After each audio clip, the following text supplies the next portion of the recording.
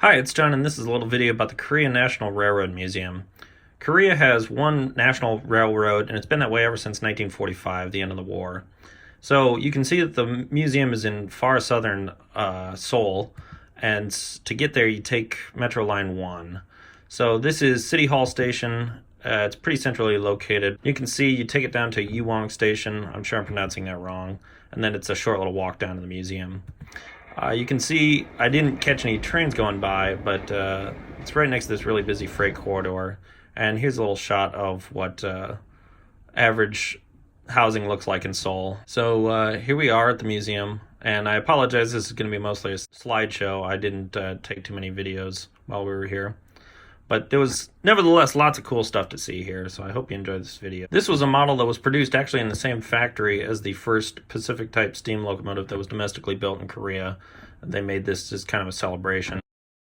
So this is an interesting exhibit. It's about the first line that was built in Korea from the south shore of the Han River up to Incheon. So feel free to pause this letter. This was the document signed by the Chosun government granting the permission to an American, James R. Morse, an American entrepreneur, to build the first railway in Korea. Kind of crazy going halfway around the world and being able to see documents in English that were written by Americans, but I digress. So given the current state of affairs between North and South Korea, there's always exhibits in museums that come back to the war.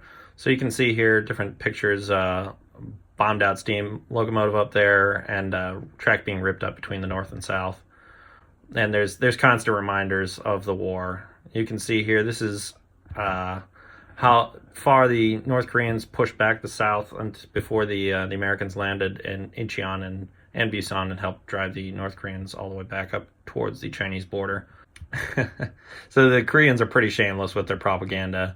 And you can see this is a half-sized model of the locomotive that Kim Jae-un tried to break through the North Korean lines with, and ultimately was unsuccessful.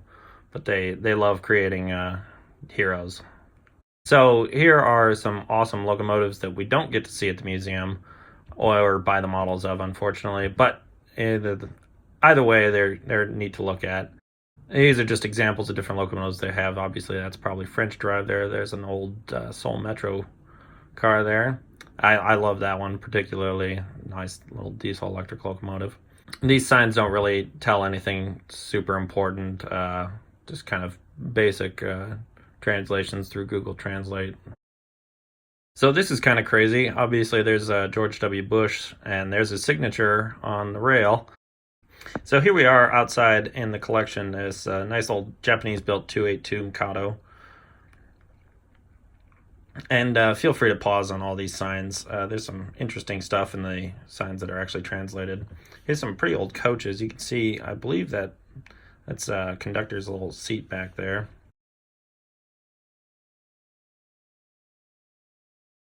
And I'm going in chronological order, so I'm kind of jumping around the museum. Here's another Mikado. Most of these were built built in Japan or built by Japanese companies in Korea during the occupation.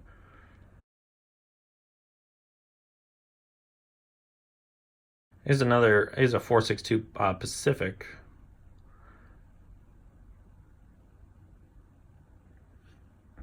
And it's kind of crazy. You can see it ran all the way up until 1967. And this was a president's car. It was built by the Japanese for Japanese politicians that came to tour Korea during the occupation, and then it was later repurposed by the Korean government to haul Korean presidents around. So it's kind of an interesting little piece of history there. Here's an Austrian-built TAMPER. They had just a couple of pieces of maintenance equipment.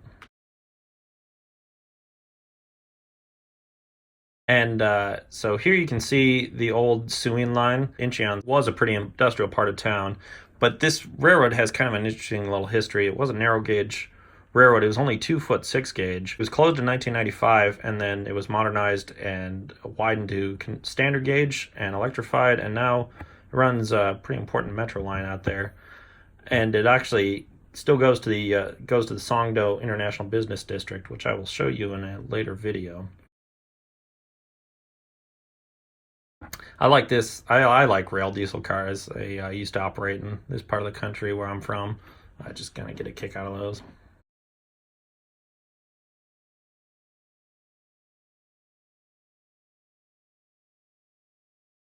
So here's an express coach. Probably traveled between Seoul and Busan. That was, I believe, about 60% of their population is between those two cities. A very important corridor, and that's obviously why the first high-speed rail line was developed between them. So here's an old limited express EMU. Definitely looks like it has some Japanese influence. I believe it was domestically built though, and it ran between the two cities of Cheongni and Donghae. So basically the East Coast and Seoul. And obviously you can see Pyeongchang on there. That's they just recently opened up a new high-speed line between Seoul and Pyeongchang for the Winter Olympics. So here's the first Seoul Metro car, and this really gets to the heart of how quickly Korea industrialized. Their first line opened in 1974, and you can see these cars are domestically built. They're kind of Spartan interior, Spartan design, but nevertheless, they got the job done. And for reference, BART in the Bay Area opened in their first line in 1972, and they definitely have not been able to keep pace with Seoul.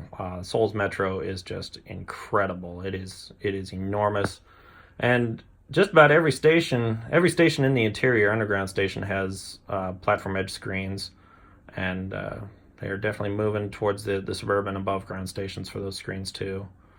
So they're definitely being able to modernize very quickly and expand very quickly. This is kind of crazy. This would be this diesel generator car was used to provide steam heat for older coaches as they transition away from steam and dieselized.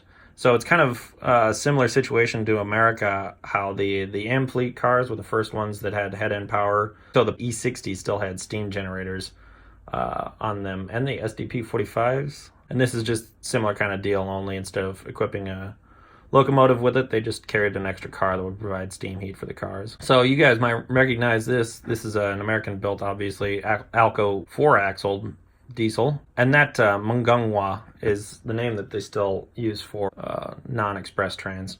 So these, I just love these. This was a NIPPON SHARYO built DMU. It was built in Japan for politicians, the president in Korea. And then they built themselves, domestically built one next to it in 1985 by Daewoo. I just love the way that these things look. They all look almost like an M10,000 or something like that. But pretty neat little trains. Obviously pretty striking paint scheme with that yellow and green. Kind of reminiscent of the Illinois terminal. I love that railroad.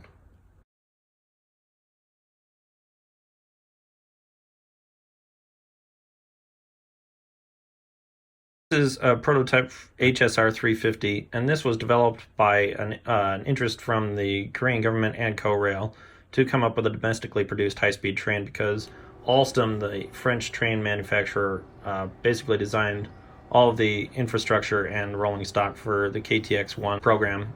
12 of them, I believe, was produced in France, and the remaining 8 were produced in Korea by ROTEM. And they eventually came up with the KTX Sancheon train, which you will see next, and this is a prototype from that.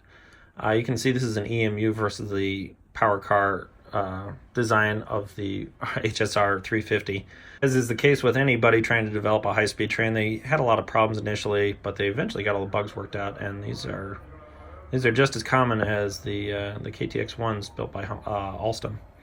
So this pretty much wraps up the tour of the Korail National Museum. I hope you enjoyed it. But anyway, Korea has a fascinating rail network, and hope you stay tuned so you can see some of the other videos I'll put out about it. Thanks a lot for watching. If you like this content, please go ahead and subscribe, and have a good day.